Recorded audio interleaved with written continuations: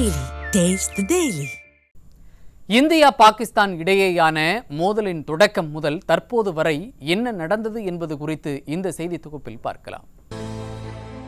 India Pakistan இடையேயான போர் பதற்றம் தற்போது தணிந்திருக்கிறது.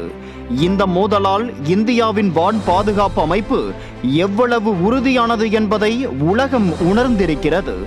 முழுக்க முழுக்க இந்தியாவில் தயாரிக்கப்பட்ட ஆயுதங்களுக்கு உலக அளவில் வரவேற்பு அதிகரித்திருக்கிறது. உலக அளவில் இந்தியாவின் நிலை என்ன, பாகிஸ்தானின் நிலை என்ன என்பதை அம்பலப்படுத்தி இருக்கிறது. மொத்தத்தில் போர் போர் என கூக்குரலிட்ட பாகிஸ்தான், ஐயா சாமி ரொம்ப வலிக்குது, கொஞ்சம் கேப் கொடுங்கயா என கெஞ்சிய கதையை விவரிக்கிறது இந்த செய்தி தொகுப்பு. பகல்காமிற்கு சுற்றுலா சென்ற அப்பாவி இந்தியர்கள் 26 பேரை பாகிஸ்தானால் வளர்க்கப்பட்ட தீவிரவாத அமைப்பு கொன்று குவித்தது. அந்த கோர காட்சிகள் இந்தியர்கள் ஒவ்வொருவரின் இதயத்தை நொறுக்கியது.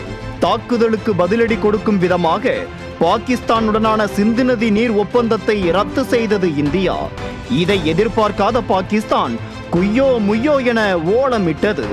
சிந்து நதி நீர் ஒப்பந்தத்தை ரத்து செய்தது, போர் நடவடிக்கை என ஒப்பாரி வைத்தது பாகிஸ்தான்.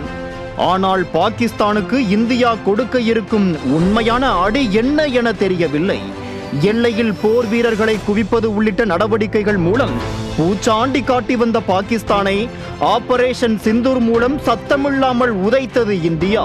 பாகிஸ்தானின் எல்லைக்குள் புகுந்து அங்கு பதுங்கியிருந்த தீவிரவாதிகள் மீது துல்லியமாக தாக்குதல் நடத்தியது இந்தியா. இந்தியாவின் துல்லிய தாக்குதலில் 80 தீவிரவாதிகள் உயிரிழந்ததாக தகவல் வெளியானது. அதுவரை தீவிரவாதம்னா என்ன என அப்பாவியாக பேசி வந்த பாகிஸ்தான் தீவிரவாதிகளுக்கு ராணுவ மரியாதை கொடுத்து பாகிஸ்தான் என்றால் பயங்கரவாதம், பயங்கரவாதம் என்றால் பாகிஸ்தான் என நிரூபித்தது. தீவிரவாதிகள் மீதான தாக்குதலை தன் மீதான தாக்குதலாக கருதிய பாகிஸ்தான் இந்தியா மீது தாக்குதல் முயற்சிகளை மேற்கொண்டது. பயணிகள் விமானத்தை கேடயமாக்கி ஒரே இரவில் 500 ட்ரோன்களை அனுப்பியது. அத்தனையும் சைனாமே டம்மி பட்டாசுகள். இந்தியாவின் சுதர்சன சக்கரவான் பாதுகாப்பு அமைப்பிற்கு முன்பாக பாகிஸ்தானின் ட்ரோன்களால் தாக்கு பிடிக்க முடியவில்லை. ட்ரோன்களால் மட்டுமல்ல, பாகிஸ்தானின் போர் விமானங்களை சுட்டு வீழ்த்தியது இந்தியா.